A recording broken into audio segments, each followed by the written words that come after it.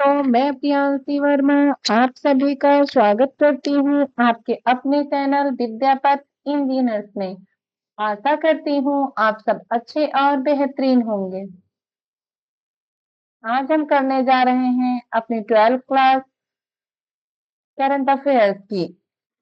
आज का हमारा पहला क्वेश्चन है, भारत और इजराइल के बीच यरूशलेम में हाल ही में कितने द्विपक्षीय समझौता ज्ञापन पर हस्ताक्षर किए गए? तो ये किए गए हैं ऑप्शन नंबर सी 16।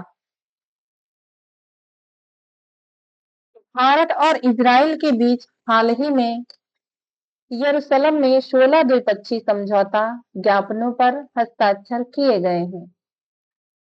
यह समझौते प्रधानमंत्री नरेंद्र मोदी की फरवरी 2026 में हुई इजराइल की आधिकारिक यात्रा के दौरान संपन्न हुई। ये समझौते मुख्य रूप से आर्टिफिशियल इंटेलिजेंस, कृषि, साइबर सुरक्षा, फिनटेक, शिक्षा और समुद्री विरासत जैसे महत्वपूर्ण क्षेत्रों से संबंधित है। इस यात्रा के दौरान दोनों देशों ने अपने द्विपक्षीय संबंधों को शांति, नवाचार और समृद्धि के लिए विशेष रणनीतिक साझेदारी की।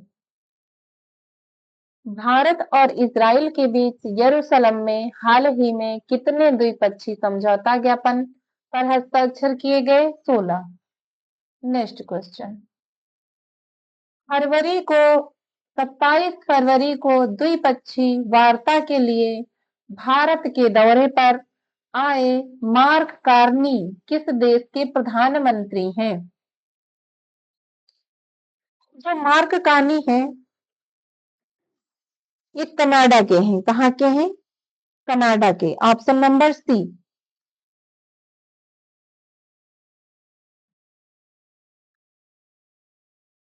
22 फरवरी 2026 को 4 दिवसीय आधिकारिक यात्रा पर ये भारत आए थे। वह प्रधानमंत्री नरेंद्र मोदी के निमंत्रण पर भारत आए।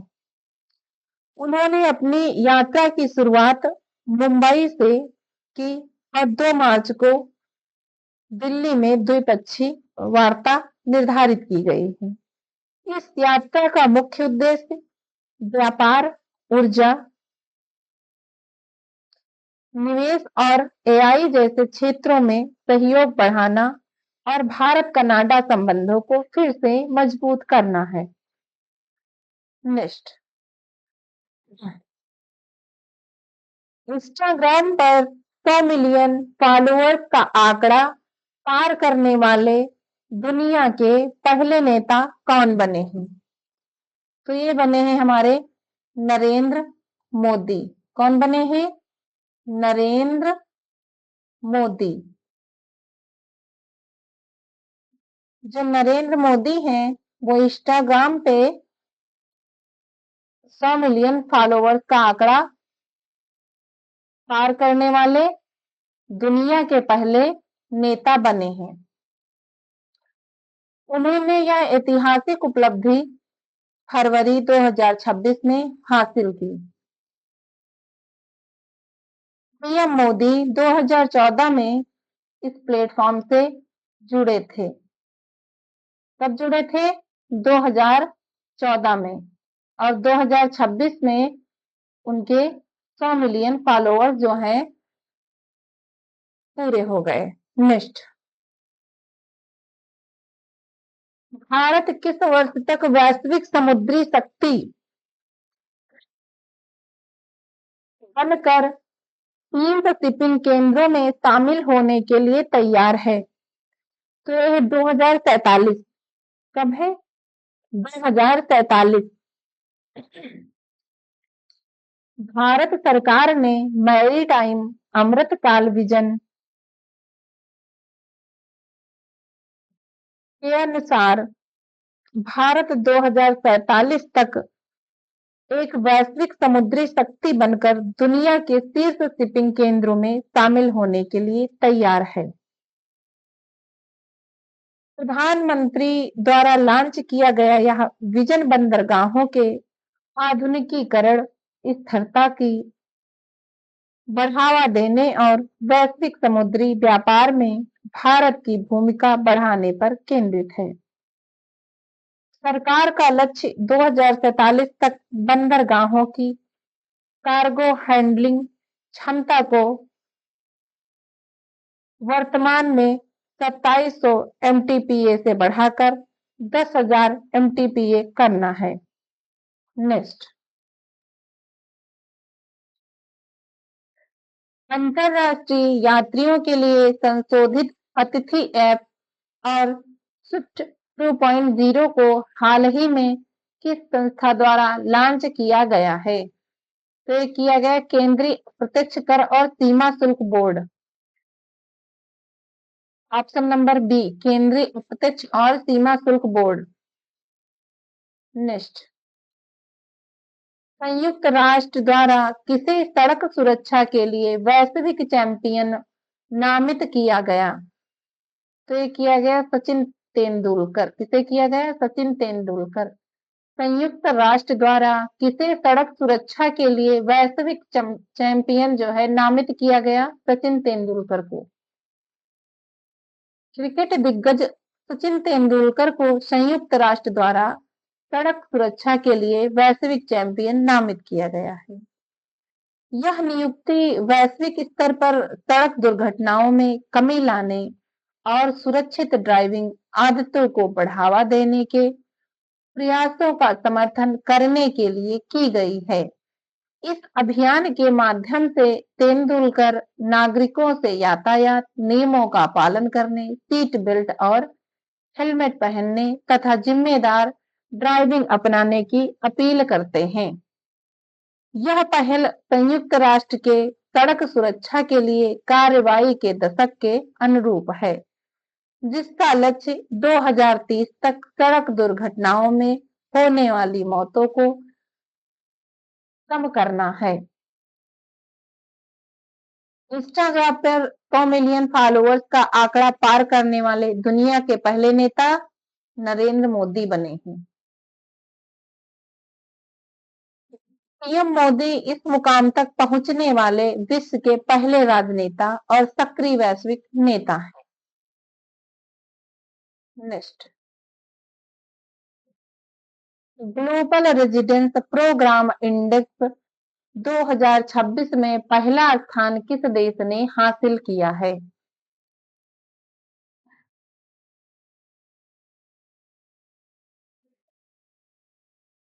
ग्रीस जो है प्रथम स्थान मिला है ग्रीस को।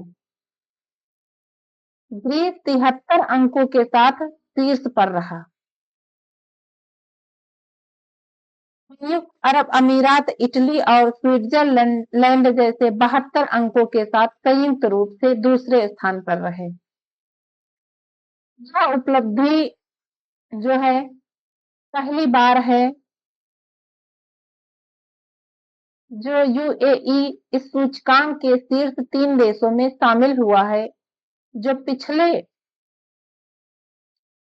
5वें स्थान पर था। ग्लोबल रेजिडेंस प्रोग्राम इंडेक्स 2026 में पहला स्थान किस देश ने हासिल किया? ग्रीस ने किया है। नेक्स्ट, बर्ड फ्लू के खतरे को देखते हुए भारत सहित 40 देशों में पोल्ट्री के आयात पर पूर्ण प्रतिबंध किस देश ने लगाया है? ये लगाया है सऊदी अरब ने। किसने? सऊदी अरब ने। सऊदी अरब ने बर्ड फ्लू और अन्य पशुजनित बीमारियों के बढ़ते खतरे को देखते हुए भारत सहित 40 देशों में पोल्ट्री मीट और कच्चे अंडों के आयात पर पूर्ण प्रतिबंध लगा दिया है।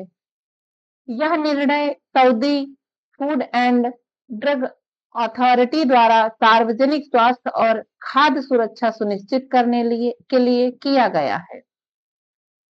नेक्स्ट, चर्चा में रही सीएम 302 मिसाइल को किस देश के द्वारा विकसित किया गया है?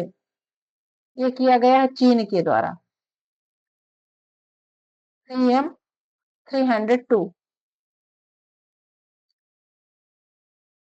यह एक सुपरसोनिक एंटी-शिप क्रूज मिसाइल है जो चीनी नौसेना द्वारा उपयोग की जाने वाली YJ-12 मिसाइल का निर्यात संस्करण है। रेंज और गति इसकी क्या है? इसकी मारक क्षमता लगभग 290 से 300 किलोमीटर है। नेक्स्ट, उच्चतम न्यायालय ने हाल ही में एनसीईआरटी की किस कक्षा की पाठ्य पुस्तक पर पूर्ण प्रतिबंध लगाया है? तो यह कक्षा 8 की। यह प्रतिबंध कक्षा 8 की सामाजिक विज्ञान की नई पाठ्य पुस्तकों के एक अध्याय हमारी समाज में न्यायपालिका की भूमिका में न्यायपालिका में भ्रष्टाचार से संबंधित विवादास्पद अंशों के कारण लगाया गया है। नेक्स्ट, 52 हफ्तों में 52 सुधार पहल के तहत केंद्रीय मंत्री अश्विनी वैष्णव द्वारा हाल ही में किस नीति की शुरुआत की गई? ये रेलटेक नीति। कौन सी? रेलटेक नीति। इस नीति का मुख्य उद्देश्य भारतीय रेलवे में आधुनिक तकनीकों जैसे एआई और ड्रोन का बड़े पैमाने पर उपयोग सुनिश्चित करना है ताकि रेल यात्रा को अधिक सुरक्षित, पारदर्शी और तकनीकी आधारित बनाया जा सके। इस श्रृंखला के तहत अन्य महत्वपूर्ण कदमों में डिजिटल रेल पोर्टल, एक आसान ईआरसीटी क्लेम सिस्टम और सामान्य श्रेणी के कोचों में स्वच्छता में सुधार शामिल है। 52 हफ्तों में 52 सुधार पहल के तहत केंद्रीय मंत्री अश्विनी वैष्णव द्वारा हाल ही में किस नीति की शुरुआत की गई? रेलटेक नीति। नेक्स्ट, हाल ही में किस शहर में डीआरडीओ द्वारा आयोजित 2 दिवसीय CBRN कॉन्क्लेव का उद्घाटन किया गया? नई दिल्ली।